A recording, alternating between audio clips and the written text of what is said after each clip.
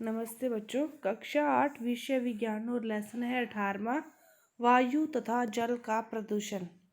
तो इसमें अपने वायु तथा जल के प्रदूषण के किस कारण क्या है और उनके नियंत्रण के उपाय क्या हैं पढ़ चुके हैं।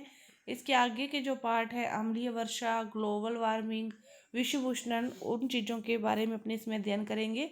तो सबसे पहले देखो अम्लीय वर्षा। तो वायु प्रदूषण में अपने किस किस के कारण देखी थी कि अम्लीय वर्षा होती है।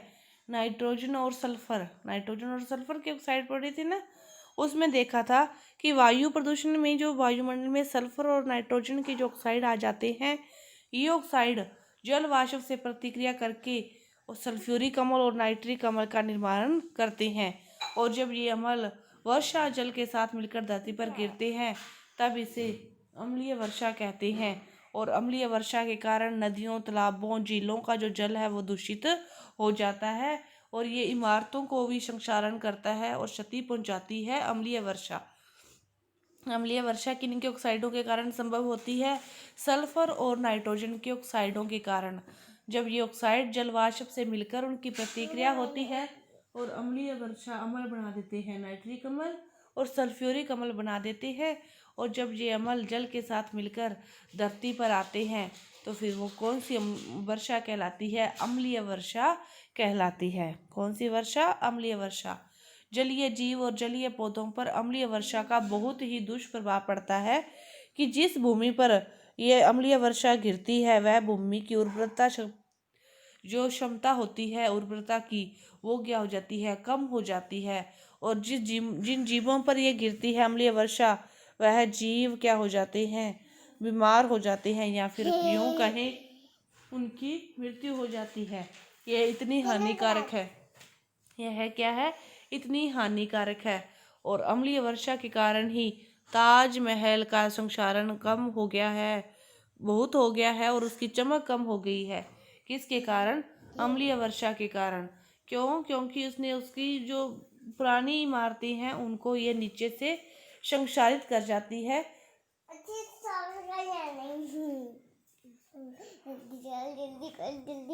जो मथुरा स्थित तेल परिशोधन कारखाने से निकलने वाले जो कणों को ताजमहल का रंग पीला हो रहा है, किसके कारण? मथुरा में जो तेल परिशोधन कारखाने हैं उनसे जो काले कण निकलते हैं तो वायु प्रदूषण के साथ मिलकर उससे भी ताजमहल का जो रंग है वो कैसा हो गया? पीला हो गया है। तो ये सारा अम्लीय वर्षा और वायु प्रदूषण के कारण ये संभव हो रहा है। सर्वोच्च न्यायालय के आदेश से आगरा व उसके आसपास स्थित उद्योगों को स्वयं पीड़ित प्राकृतिक गैस और द्रवित पेट्रोलियम गैसों जैसे स्वच्छ ईंधनों के प्रयोग का आदेश दिया है। सर्वोच्च न्यायालय ने आगरा व उसके आसपास के उद्योगों को प्राकृतिक गैस और द्रवित पेट्रोलियम गैसों जैसे स्वच्छ ईंधनों का प्रयोग करने के आदेश दिए हैं ताकि वायु प्रदूषण को कम किया जा सके। तेल शोधक कारखानों की चिमनियों की ऊंचाई भी बढ़ाई गई है और उनमें फिल्टर लगाए गए हैं ताकि काले कण हवा में न उड़े। उनकी एक तो ऊंचाई बढ़ा दी ताकि काफ़ी दूर तक जाए और एक उसमें फिल्टर लगा दिया ताकि काले कण है वो भी हवा में न उड़े। इसके बाद दूसरा है पौधा घर प्रभाव। पौधा घर प्रभाव क्या है कि यहाँ पर ठंडे प्रदेश है, यहाँ पर सूर्य का प्रकाश पर्याप्त नहीं होता, तो उस जगह में पौधों को उगाने के लिए पौधा घर जिस इस प्रभाव का यूज़ करते हैं इसे पौधा घर प्रभाव कहते हैं। कि एक कांच का ऐसा घर बनाया जाता है जिसमें जो भी सूर्य का प्रकाश हो जितना भी होता है वो इसके अंदर तो आ जाता है लेकिन फिर इससे बाहर नहीं जाता, कि इसके अंदर प्रवेश तो कर लेता है, फिर इसकी जो ऊष्मा है फिर इस कांच से वो बाहर नहीं जा सकती। तो ऐसे प्रभाव को क्या कहते हैं? पौधा घर प्रभाव कहते हैं। जो एक बार ऊष्मा आने के बाद वहीं पर रहती है, फिर वापस बाहर नहीं जा सकती। तो जो हमारा वायुमंडल है यह भी किसकी तरह कार्य करता है? पौधा घर प्रभाव की तरह ही कार्य करता है कि सूर्य का प्रकाश एक बार हमारे वायुमंडल में प्रवेश कर लेता है और फिर वापस नहीं जाता। तो इसी तरह ही ठंडे प्रदेशों में पौधों को उगाने के लिए कांच की दीवारों का यूज़ किया जाता है जिसे पौधा घर प्रभाव कहते हैं, क्योंकि वहाँ पे ठंड होने के कारण जो पौधों को पर्याप्त मात्रा में ऊष्मा नहीं मिल पाती, तो इसीलिए पौधा घर प्रभाव का यूज़ किया जाता है। और यही सेम जो प्रभाव है वो हमारे वायुमंडल में होता है कि जो किरणें सूर्य की आती है उनका कुछ भाग है वो पृथ्वी अवशोषित कर लेती है और कुछ भाग परावर्तित होकर अंतरिक्ष में लौट जाता है, और परावर्तित किरणों का कुछ भाग वायुमंडल के आवरण को पार नहीं कर पाता। तो परावर्तित किरणें पुनः पृथ्वी की ओर लौट आती है और जिसके कारण पृथ्वी के तापमान में वृद्धि हो जाती है। तो हमारा वायुमंडल भी किसकी तरह कार्य करता है?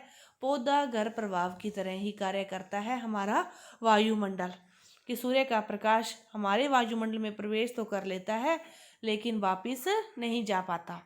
तो इस प्रकार हमारी पृथ्वी भी कौन से प्रभाव को दर्शाती है? पौधा घर प्रभाव को दर्शाती है। और पौधा घर प्रभाव को हरित ग्रह प्रभाव भी कहा जाता है, हरित ग्रह प्रभाव भी कहा जाता है। और इस प्रक्रम के बिना यदि हमारा वायुमंडल पौधा घर प्रभाव न दर्शाए तो उसके बिना फिर हमारा जीवन भी संभव नहीं है, पृथ्वी पर हमारा जीवन भी खतरे में होगा। क्योंकि अगर यदि यह प्रभाव न हो तो हमारी जो पृथ्वी का तापमान है ना वो कितना होगा? -15 डिग्री सेंटीग्रेड। तो यह पौधा घर प्रभाव के कारण ही कि हमारी पृथ्वी यह प्रभाव दर्शाती है, इसी के कारण ही हमारा जो जीवन है पृथ्वी पर संभव है। और यदि यह प्रभाव न हो तो फिर पृथ्वी का तापमान कहाँ तक चला जाएगा? -15 डिग्री सेंटीग्रेड तक चला जाएगा। तो इतने कम तापमान पर अपना जीवन संभव नहीं है। नेक्स्ट है ग्लोबल वार्मिंग, विश्व उष्णन। ग्लोबल वार्मिंग, विश्व उष्णन वायु प्रदूषण के कारण ही ये घटित होती है। यह भी हरित गृह प्रभाव की घटना सामान्य से अधिक हो रही है। तो जो ग्लोबल वार्मिंग है ये सबसे प्रमुख कारण है इसका तापमान, कि पृथ्वी का जो तापमान है दिन व दिन बढ़ता जा रहा है, उसी से ग्लोबल वार्मिंग बढ़ रही है। पृथ्वी का तापमान किस वजह से बढ़ रहा है? पेड़ों की कटाई की वजह से। पेड़ों की कटाई हो रही है तो कार्बन डाइऑक्साइड की मात्रा है जो वायुमंडल में बढ़ रही है, और कार्बन डाइऑक्साइड का यदि प्रतिशत वायुमंडल में बढ़ेगा तो पृथ्वी का जो तापमान है फिर उसकी मात्रा बढ़ेगी, और तापमान बढ़ेगा तो ध्रुवों की जो बर्फ है वो पिघलेगी, और समुद्रों का जो जल स्तर है वो क्या हो जाएगा? बढ़ जाएगा, उसका जो लेवल है वो बढ़ जाएगा। तो ये सारी घटना किसके कारण हो रही है? एक तापमान की बढ़ोतरी के कारण। तापमान की बढ़ोतरी किससे हो रही है? कार्बन डाइऑक्साइड के बढ़ने से। और कार्बन डाइऑक्साइड कैसे बढ़ रही है? पेड़ पौधों की कटाई से। तो इसी तरह जो तटीय क्षेत्र हैं वो फिर क्या हो जाते हैं? जलमग्न हो जाते हैं। वहाँ पर क्या आ जाती है? बाढ़। वहाँ पर क्या आ जाती है? बाढ़ आ जाती है। इसके बाद देखो कि वायु प्रदूषण पर नियंत्रण कैसे रखा जा सकता है। कि वायु प्रदूषण को कम करने के लिए हमें निम्नलिखित उपाय किए जा सकते हैं। घरेलू प्रदूषण के लिए कोयला, लकड़ी के स्थान पर गोबर गैस, एलपीजी का प्रयोग कर सकते हैं। वाहनों में शीशा रहित, सल्फर रहित पेट्रोल का प्रयोग कर सकते हैं। वाहनों के इंजन की अपनी नियमित देखभाल करें ताकि जो उसका प्रदूषण है वो कम से कम हो। तो वायु प्रदूषण पर कुछ हद तक नियंत्रण रखा जा सकता है। साइकिल, ई रिक्शा के उपयोग को बढ़ावा देना और बड़े पैमाने पर वृक्षारोपण करना। कल कारखानों की चिमनियों की अधिक ऊंचाई अधिक करना ताकि आसपास के स्थानों में प्रदूषक गैसों में कमी हो। कल कारखानों को आबादी से अपने दूर स्थापित कर सकते हैं। पटाखों का बहिष्कार करके ऊर्जा के गैर परंपरागत स्रोतों, सौर ऊर्जा, पवन ऊर्जा, जल ऊर्जा के उपयोग में बढ़ावा देना। तो इन सभी चीज़ों को अपने ध्यान में रखते हुए वायु प्रदूषण को कुछ हद तक कम कर सकते हैं, और धीरे धीरे ये बिल्कुल भी नष्ट हो सकता है। कि कारखानों को आबादी से दूर स्थापित करें ताकि उसकी जो गैस है वो अपने रहने वाले क्षेत्र में ना आए, और वृक्षारोपण ज़्यादा से ज़्यादा करेंगे तो कार्बन डाइऑक्साइड का जो संतुलन है वातावरण में वो बना रहेगा। पटाखों का आविष्कार करेंगे तो जो धुआं है पटाखों का उससे वायु प्रदूषण नहीं होगा, और जो ऊर्जा के गैर परंपरागत स्रोत हैं उनको बढ़ावा देंगे तो उनसे भी फिर जो धुआं है वो उतना नहीं निकलेगा। तो इन सब चीज़ों का ध्यान में रखते हुए अपने वायु प्रदूषण को कम कर सकते हैं। तो अपने इस वीडियो में क्या पढ़ा? ग्लोबल वार्मिंग, अम्ल वर्षा और पौधा घर प्रभाव, 3 चीज़ें पढ़ी, और ये तीनों किसके घटक हैं? वायु प्रदूषण के घटक हैं। ग्लोबल वार्मिंग, कार्बन डाइऑक्साइड जिम्मेदार है इसके लिए कि कार्बन डाइऑक्साइड का मान बढ़ रहा है, इससे तापमान बढ़ रहा है। तापमान बढ़ रहा है तो ध्रुवों की जो बर्फ़ है वो पिघल रही है, समुद्रों का जल स्तर बढ़ रहा है और समुद्रों के फिर किनारों पर रहने वाले जो क्षेत्र हैं वो क्या हो रही हैं, जलमग्न हो रही हैं।